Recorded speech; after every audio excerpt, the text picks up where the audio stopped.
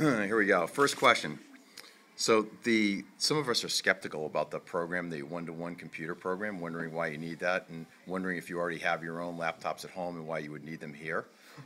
I'm not skeptical because I think it's great, but others in my group are. And so we'd like to know, is the one-to-one program important to you? Does it help you to have a computer in the classroom additionally to what you might own? And do you own a personal PC? I think group work is like you can work together and it's much better than one. What do you think? It doesn't matter. I'd say it hasn't really affected us yet because we haven't.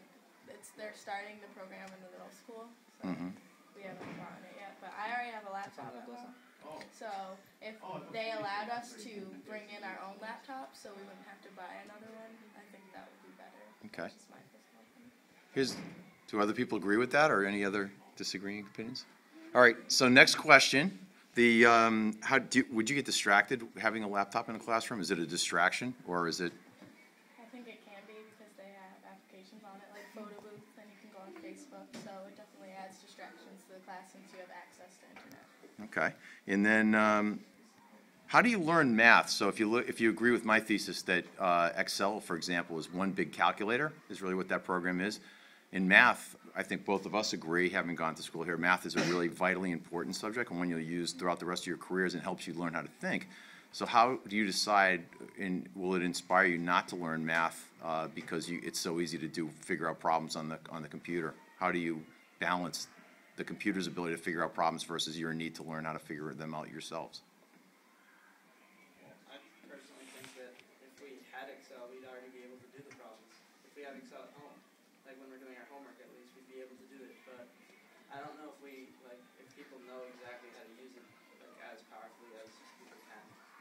So I don't know how influential it would be until someone teaches how to use it as such a powerful calculator. Okay. Next question. Yes, please. Okay.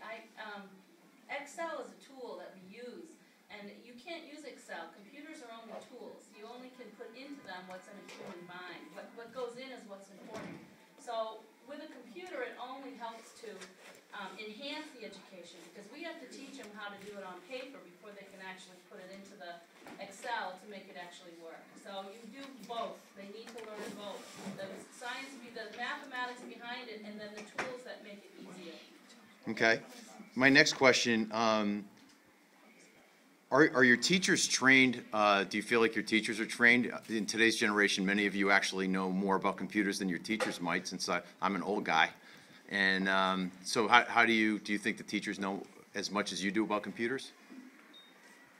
Well, I think if we do use computers in class, they will only use what parts of the computers that they already know about. So I don't think it really matters on the technological level of our ability. Okay. And Worcester Academy is really big on Achieve the Honorable as one of the big things, and that's stuck with both of us throughout our careers here. How do you think the PC program, the one-to-one program, will enhance your ability to achieve the honorable in your careers?